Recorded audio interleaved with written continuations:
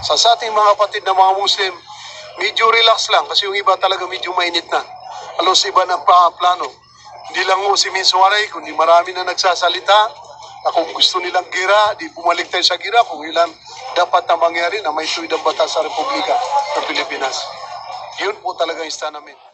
Kanina, nagtatawag ako yung mga ibang grupo natin, mga ibang kaibigan ko rin ng mga abogado, kung sino-sino mga ibang marunong na tao tumutulong. Pinaghahandaan daw nila tayo na ipakukulong yung lahat ng mga namumuno. Gawin na nila. Kaya ba nila ipasok sa kulungan? Pag lumabas tayo sa lansangan, saya nila alin? Kaya na nila kung 10 milyon yan? O 15 milyon yan? 20 milyon yan na ilagay sa kulungan? Kaya nila, hindi nila makakayanan yan. Lalo kami mga kapatid ninyo Muslim, kaya nila kami ilagay. Panginoon ko, hindi ho mangyari yan.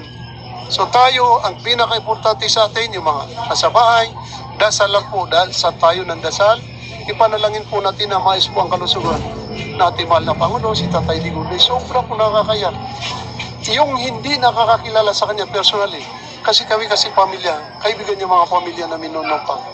Sobra kabait na tao yan.